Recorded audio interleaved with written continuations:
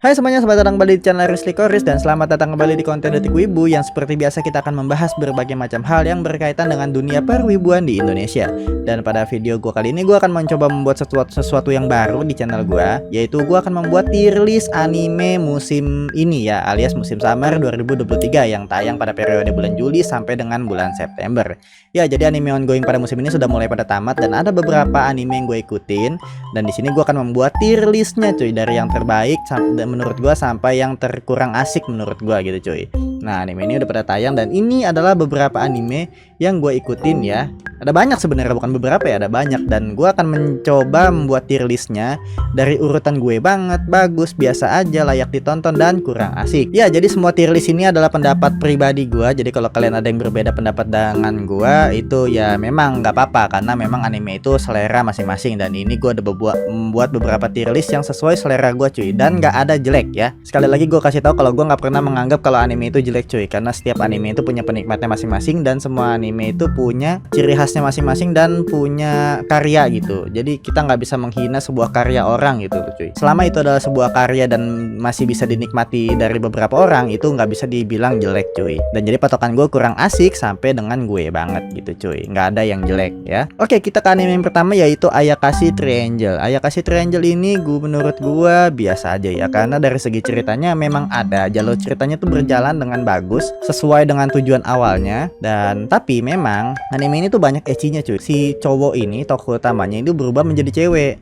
yang dimana si cewek ini ketemu sama si cewek yang akhirnya jadi begitu cuy. Ya memang mereka berdua asal muasalnya tuh jatuh cinta gitu cuy, laki sama cewek. Tapi kenapa si laki ini karena dikutuk oleh Ayakashi sehingga membuat dia berubah menjadi cewek, dan tujuannya adalah bagaimana cara dia bisa kembali ke wujud aslinya, yaitu si cowok gitu cuy. Inti ceritanya begitu doang cuy. Banyak ecinya ceritanya tapi jalan cuy. Yang bagusnya tuh alur ceritanya tuh tetap satu tujuan gitu cuy, nggak melencong kemana-mana. Terus ada Watashi no Shiawase Nakekon. Tadinya gue pengen kasih gue banget ya, jujur gue pengen kasih gue banget, tapi menurut gue ke bagus aja deh. Ya kenapa? Karena gue jelasin dari episode 1 sampai ke episode si Mio selesai dengan masalah keluarganya, itu bagus banget, itu selera gue banget anime. Tapi makin kemari ceritanya makin menyebalkan cuy. Dari si tokoh utama si ceweknya jadi bego banget gitu cuy, ditolongin kagak mau, kebanyakan gak enaknya gitu. Jadi orang kok gak enakan gitu, kesel gue jadi ngeliatnya. Terus si cowoknya juga nggak pekaan. Pokoknya parah banget cuy, kita dibikin kesel sama karakter building dari anime Watashi no Shiawase Nakekon cuy. Mereka membuat konsep karakter seperti itu bikin gue kesel gitu cuy. Dan itu berhasil gitu. Menurut gue pengarang ceritanya nih bagus banget gitu cuy, bisa membuat si penonton ikutan emosi gitu sama tingkah laku dari karakter-karakter yang ada di sini cuy. Nah menurutku sebenarnya bagus banget, ini selera gue banget. Tapi mohon maaf, ini gue agak keselnya bukan kesel karena jelek ya, tapi kesel karena kelakuan karakternya yang pengen gitu loh, nontonnya tuh sebel gitu cuy. Tapi semoga endingnya bagus ya. Kemudian ada Masame no Revenge R ya, menurut gue bagus. Kenapa bagus? Karena ceritanya sudah selesai, ceritanya kembali melanjutkan dari season sebelumnya. Ini ceritanya dibuat dengan bagus, nggak bertele-tele kemana-mana, sesuai dengan tujuan Masamune dan tujuan si Adagakiaki. Dan endingnya sudah selesai cuy, animenya dengan ending sudah bagus gitu cuy, udah selesai, tamat lah ibarat kata gitu. Intinya tamat aja, udah nggak ada konflik lagi, udah selesai gitu cuy. Entah bakal dilanjut apa enggak, tapi yang jelas ini sudah bagus endingnya cuy, dan anime ini udah tamat ya. Terus ada layar-layar. Gue pengen taruh layar-layar di layak ditonton ya. Mungkin menurut kalian bagus anime ini ya, karena sempat viral juga sebelum anime ini tayang. Dari segi karakternya tuh cakep-cakep, MC-nya keren, ceweknya imut-imut gitu kan. Tapi dari segi cerita menurut gue kurang banget. Kenapa? Karena dari actionnya itu kurang ya, ribut-ributnya kurang, gerakannya juga kurang. Terus dari segi cerita itu embel-embel kebanyakan, yang nonton juga pusing, nggak ngerti apa yang mereka lakuin gitu loh. Mereka mencoba menyelesaikan sesuatu dengan cara bermain game, dan bermain gamenya itu punya beberapa option yang dimana skill-skill dari karakter tersebut itu kita nggak paham gitu cuy. Yaudah kita ngikutin, yaudah selalu lah mau ngejurus apa kayak bodo amat lah, yang penting gue tahu endingnya bagaimana gitu cuy. Jadi kita yang nonton tuh merasanya begitu. Menurut gue biar ini udah layak ditonton aja gitu, nggak ada yang spesial.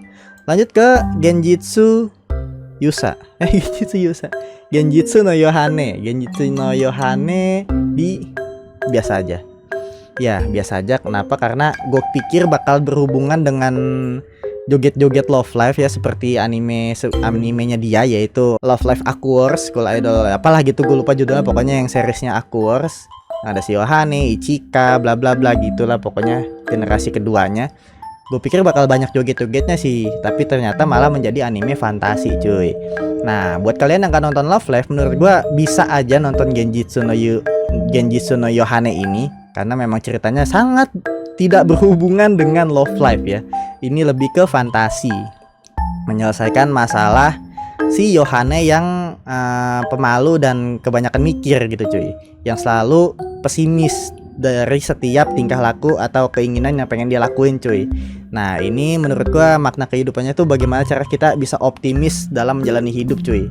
Genjitsu no Yohane itu. Lanjut ke Aono Orchestra. Ini bagus ya, gue taruh di bagus. Kenapa? Karena alur cerita anime musik tuh menurut gua selalu bagus ya, apalagi para pecinta musik. Alurnya bagus, ceritanya juga bagus, nggak cuma sekedar musik, tapi dari beberapa konflik drama yang terjadi di tokoh utamanya itu bagus cuy. Gue kasih di bagus. Tapi ini sebenarnya bukan musim ini ya, ini musim kemarin dan berlanjut. Ternyata nggak di skip, nggak diloncatin satu musim, nggak ada dua koran, pokoknya dia langsung total 24 episode kalau nggak salah. Dan sekarang masih 21 gitu cuy.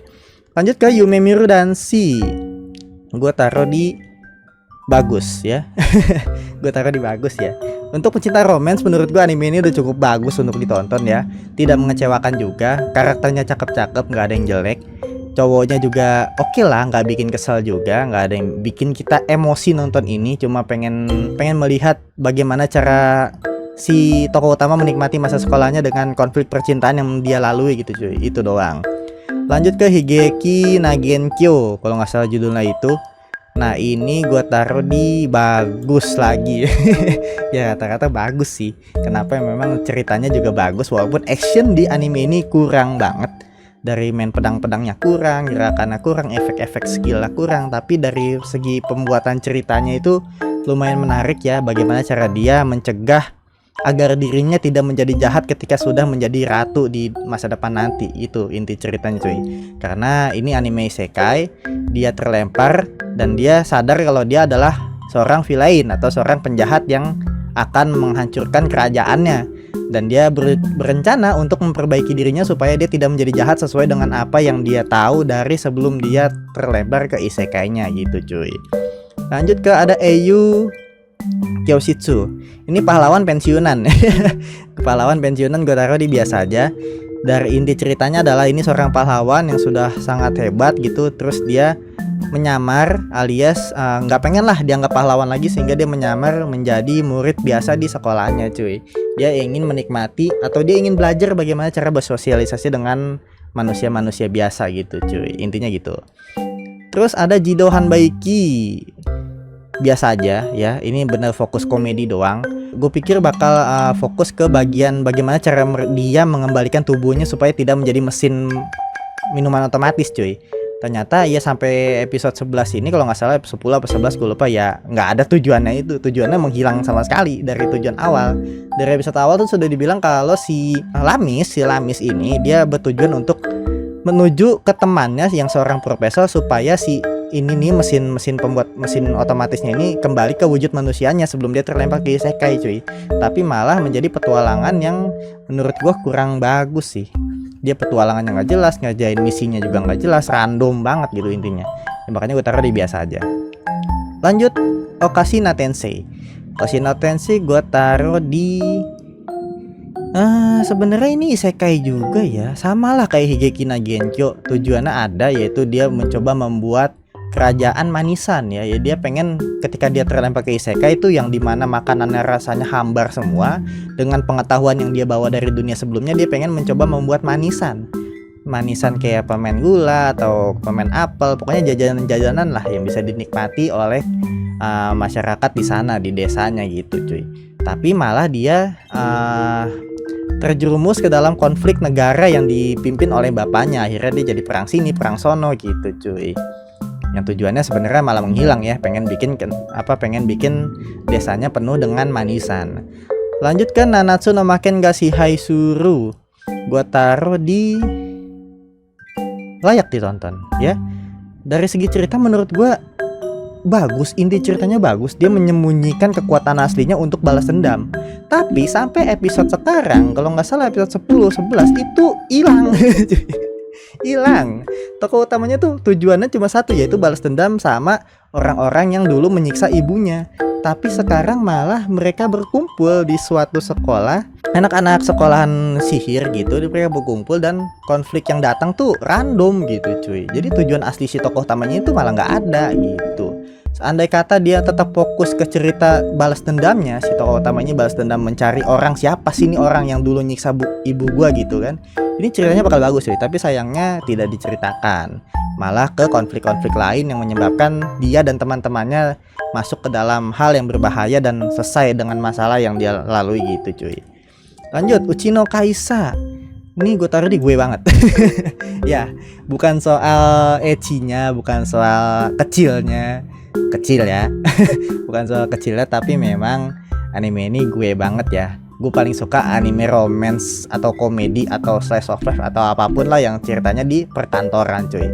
Cerita orang-orang konyol yang ada di kantor gitu cuy. Jadi nontonnya tuh kita nggak stres gitu, kita nontonnya tuh buat hiburan aja gitu cuy. Apalagi seorang pekerja kayak gue kan, yang gue kerja di dunia nyata terus nonton kayak gini ya happy gitu nontonnya cuy. Oh dunia kerja kok asik amat gitu cuy. So coba dunia kerja gue kayak gitu cuy. Jadi kita ngayalnya tuh, wah hidup kita dengan bekerja aja bisa senang gitu cuy. Jadi ini selera gue banget sih. Lanjut ke Horimiya. Dari awal season 1 ini sebenarnya anime favorit gue, jadi gue tetap taruh di gue banget ya. Dari season 1 ini tetap anime favorit gue, anime romance yang paling gue favorit di season 1 waktu tayang. Tapi ya memang animenya dari segi cerita itu jadi random cuy. Kalau dulu kan waktu season 1 kan dia fokus bagaimana si Miyamura ini dari berandalan tapi di sekolah jadi kalem, terus dia ketemu sama si Hori yang jadi progres ceritanya tuh ada gitu cuy. Dari dia berandalan terus dia begini, jadi akur sama ini, akur sama itu, punya teman ini, punya teman itu, ya kan gitu. Miyamura dulu nggak punya teman tuh cuy, tapi semakin kesini kan punya teman banyak nih. Nah akhirnya jadi full komedi cuy. Jadi full komedi, romansnya kurang banyak juga, tapi ya tetap ini gue banget gitu cuy. Nontonnya nikmat aja gitu cuy. Terus Shiro Seijo no Tokuro Bokushi. Ini cerita tentang pastur dan gadis suci ya, gadis suci. Gue taruh di gue banget juga. Ya, anime romance itu selalu di gue banget ya. Apalagi karakter building dari ini tuh cakep banget cuy. Dari si ceweknya cakep, bukan cakep fisik ya, tapi cakep dari sifatnya gitu cuy. Sifatnya unik. Orang-orang di sekitarnya juga unik. Tokoh utama si cowoknya juga bagus gitu. Buildingnya nggak pekanya tuh bener-bener nggak peka gitu cuy.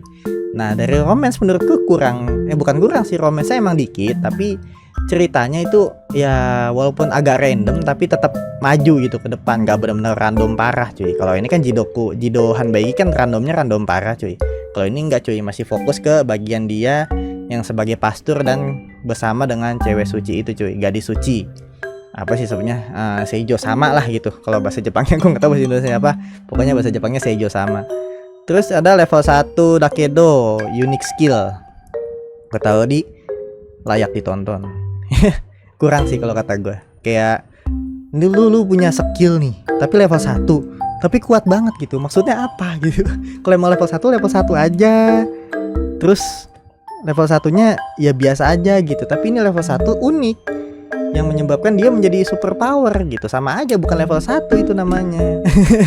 Ya ceritanya layak ditonton sih. Jadi kalau kalian nonton anime ini jangan berharap ada konflik besar, jangan berharap ada drama yang bikin pusing, nggak ada cuy. Cuma layak untuk ditonton aja. Lanjut ke Tsukinako Gamegane wa Wasureta, gue taruh di gue nggak jadi gue banget, gue taruh di bagus ya. Karena ini genrenya dari awal memang romance text ya. Apa sebutannya gue lupa, romance text lah pokoknya. Ceritanya kebanyakan ngomong di dalam pikiran cuy ya. Ceritanya bagus tentang cewek yang kelupaan mulu sama kacamatanya, terus si cowoknya pemalu sehingga dia harus membantu si cewek yang dia suka ini supaya bisa tetap stay gitu, jalannya bener gitu, karena dia kan nggak bisa ngelihat dengan jelas kalau nggak pakai kacamata. Nah tapi memang kebanyakan ngomong di dalam pikiran cuy. Memang di genrenya sudah dijelaskan ya kalau ini cuma romance text ya, jadi ya nggak bisa kita protes karena sudah dipaparkan di genre ya. Terus ada Zoom 100. Zoom 100 gue taruh di bagus ya. Gue nggak bisa komen banyak tentang Zoom 100 karena ini sangat populer banget. Populer ke pendingan ya. Selalu di pending setiap minggu ya. Jadi gue nggak bisa komen apapun. Tapi memang animenya bagus dari Allo cerita. Kanojo Karishimas gue taruh di bagus lagi ya. Kazuya mulai nggak bikin kita kesel. Chizuru makin cakep, Ruka makin santuy. Ya pokoknya semua karakter di Kanojo Karishimas tuh bagus. Ceritanya apalagi cuy. Ceritanya makin dalam, makin sedih juga, makin bikin pusing juga ya. Si Kazuya lama-lama sama tingkah laku dia sendiri yang nggak bisa kompeten dengan tujuannya gitu. Bagus lah intinya. Spike Yoshitsu yang dulu season 1-nya kurang mendapatkan perhatian, tapi di season 2 menurut gue sudah mulai bagus ya. Ceritanya alur ceritanya sudah mulai jalan, nggak setak ya. Atau season 1 kan kayak rada setak gitu cuy, dan bahkan peminatnya sedikit. Tapi season 2 ini bagus. Ya, bagus. Lanjut Hataraku mau sama gue taruh di biasa saja ya. Ya, kenapa gue taruh di biasa aja nih? Cuma satu alasannya, karena komedinya kurang. Ya, yang nonton Hataraku mau sama season 1 itu kalian sudah pasti merasakan kelucuannya ketika nonton anime ini. Sayangnya di season ini kurang cuy komedinya. Ya, bukan soal cerita tentang perselisihan antara pahlawan dengan Raja Iblis, bukan cuy. Komedinya yang gue cari. Karena dari awal tuh nontonnya lucu. Tapi makin kemari kok dia makin serius jalan ceritanya dan komedinya malah kurang gitu. Lanjut Dekiru Neko. Ini gue nggak expect ya sebenarnya. Gue taruh di gue banget ya. Seorang pekerja kantoran lagi ya. Pekerja kantoran tuh menurut gue selalu bagus alur ceritanya sih. Dia memelihara kucing yang serba bisa. Iya, jadi dia seorang pekerja kantoran cewek, jomblo. Dia berketergantungan dengan kucing cuy. Kalau dia nggak ada kucing di rumah dia yang ngurusin hidup dia, itu dia hidupnya benar-benar berantakan cuy. Nggak bisa nyuci, nggak bisa ini, nggak bisa itu, pokoknya nggak bisa apa-apa. Dan semua hal yang dilakukan di rumah itu dilakuin sama kucingnya cuy. Terus ada level 1 Yusa One Room. Ini udah tamat dan gue pikir ini anime bagus ya. Turun ke bawah dia. Kayak gitu. Gue pikir anime ini bagus banget. Bagus karena komedinya lucu. Ya, komedinya ini dapet banget di gua. Selera gua banget komedinya, dan dari segi cerita tuh berjalan ke depan gitu. Berjalan ke depan tuh benar-benar fokus antara perselisihan sesama pahlawan gitu cuy. Jadi nggak bertele-tele kemana-mana gitu, nggak melenceng ceritanya, dan sampai ending pun bagus cuy. Lanjut ada Temple. Gue agak bingung sih buat naruh di Temple, tapi gue taruh di bagus. Biasa aja dah. Yang diunggulkan dari Temple apa bang? Temple itu mengunggulkan aset. Jadi aset di sini tuh sangat banyak sekali ya, sangat diunggulkan sekali dari segi aset ya. Udah itu aja pokoknya. Tapi dari cerita itu nggak bertele-tele juga, karena fokusnya adalah bagaimana cara dia menjadi kepala biksu supaya kuilnya nggak digusur cuy, intinya gitu. Lanjut ada Shinigami Bochan, gue taruh di bagus ya. Kalau season 1 mungkin biasa aja, tapi season 2 nya bagus. Kenapa? Karena ceritanya sudah mulai mendekati tujuannya, yaitu bagaimana cara dia menghilangkan kutukan kematiannya. Ya, jadi tokoh utamanya ini kalau dia menyentuh makhluk hidup, entah itu tumbuhan, manusia, hewan, yang dia sentuh akan mati cuy. Dan ini sudah mulai mendekati bagaimana cara dia untuk menghilangkan kutukannya. Dan menurut gue bagus. Lanjut ada Reza no Atelier gue banget ya. Di video gue sebelumnya tentang membahas anime Fall 2023, ini gue bilang anime Atelier Reza adalah anime fantasi yang paling fantasi cuy. Definisi fantasi sesungguhnya adalah Atelier Ryza ya. Dari musiknya fantasi banget, nuansa desanya fantasi banget, building karakternya fantasi banget, cara dia mengalahkan musuhnya juga fantasi banget cuy. Ini menurut gua anime fantasi yang paling fantasi. Dan ini selera gua banget. Lanjut lagi ada mau Gakuin Futeki Gousa. Gue taruh di kurang asik ya. Nih satu nih baru ada kurang asik ya. Season 1 bagus, walaupun dijuluki dengan Raja Dangdut. Tapi di season ini, ya Allah, gue kayak nggak peduli lu mau ngapain, kayak lah itu mau dihajar kayak musuh, mau ditabokin kayak mau di gimanain gitu, dunia dibolak balik jungkir balik, kayak gue nggak peduli lah, bodo amat, terserah lu gitu.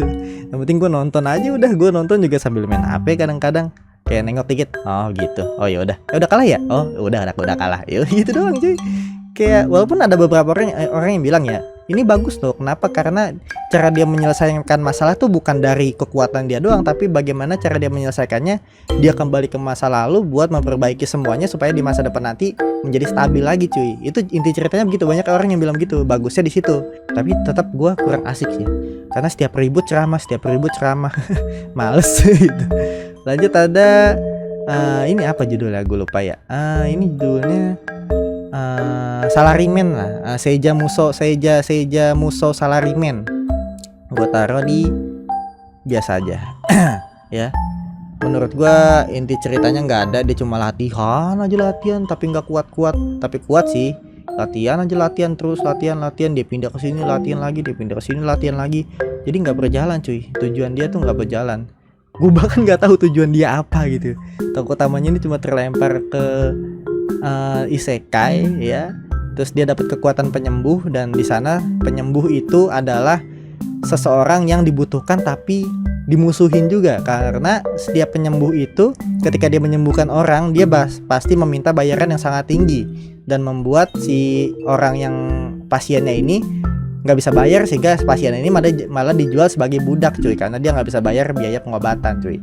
Tujuannya sebenarnya satu, yaitu dia pengen bagaimana caranya supaya para penyembuh ini nggak memungut biaya banyak, supaya orang-orang tuh tetap bisa hidup tanpa harus mengorbankan uang banyak atau bahkan membuat dirinya menjadi budak karena nggak mampu bayar gitu cuy. Tujuan dia itu, tapi malah kebanyakan latihannya cuy. Seharusnya kalau dia bisa mengembangkan cerita ini, ya udah dia fokus bagaimana caranya dia menjadi yang terkuat sehingga menghancurkan kepala-kepala yang menyelenggarakan atau mengusulkan biaya besar kepada seorang healer gitu cuy.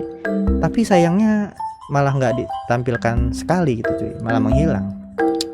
Mushoku Tensei gue banget ya, nggak usah dibanyak tanya lah. Mushoku Tensei mah udah gokil, ceritanya abis parah, gokil parah pokoknya lah. Gue nggak bisa berkata banyak tentang Mushoku Tensei. Adalah anime yang paling gue tunggu dan paling gue nikmatin di musim ini, dari segi openingnya, endingnya, musiknya, lalu ceritanya, penasarannya, wah semuanya udah gokil parah sih ini, gue banget.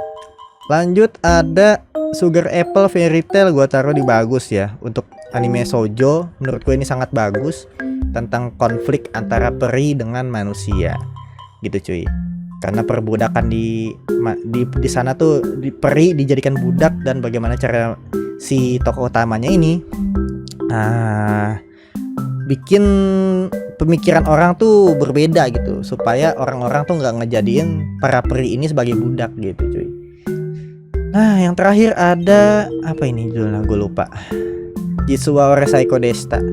Kurang asik ya, kurang asik sih. Kalau dari gue ya kurang asik, tapi ya nggak apa-apa lah ditonton. Kurang asik, tapi memang dari segi ceritanya tokoh utamanya tuh kayak lu kuat nih, ya udah kuat aja gitu loh, nggak usah sosokan nyembunyiin kekuatan lu gitu. Udah pengikutnya banyak, pelayannya ada, adeknya cakep, tapi lu udah kuat gitu, nggak usah sosokan ngumpet-ngumpetin lah, udah tunjukin gitu loh kekuatan lu. Terus juga tujuan utamanya kan menghancurkan keluarga yang dia buang ya. Jadi dia itu lahir, ternyata dia nggak punya kekuatan nih, dicek nggak ada kekuatan, dibuanglah sama keluarga kerajaan. Nah ternyata dia pas dibuang itu kekuatannya gede banget cuy, sehingga bisa menaklukkan naga gitu. Dan naganya akhirnya menjadi pelayannya, dan ketika dia gede, musuhnya adalah orang tua dia sendiri. Nah itu harusnya ditonjolkan, kenapa malah menjadi nggak jelas alur ceritanya begitu cuy. Jadi random banget, dia bikin ini, dia bikin itu. Ya pokoknya gitu deh, kayak kurang asik aja gitu. Ya udah habis ini beberapa tier list yang gue ikutin ya, anime-anime yang gue ikutin, dan ini adalah pendapat pribadi. Jadi kalau kalian ada yang berbeda dari gue nggak apa-apa, nggak masalah. Tapi ini adalah pendapat pribadi gue, dan bisa kalian jadikan referensi untuk mengikuti anime ini, terutama pada tim batch ya, yang sedang menunggu anime yang sekarang tayang untuk tamat ya. Udah ada beberapa yang tamat sih, tapi kalian bisa lihat ini adalah tier list yang gue ciptakan pertama kali. Oke, segitu aja dulu video gue kali ini. Terima kasih yang sudah hadir dan menemani. Kita akan bertemu lagi di video selanjutnya nanti. Sampai jumpa lagi.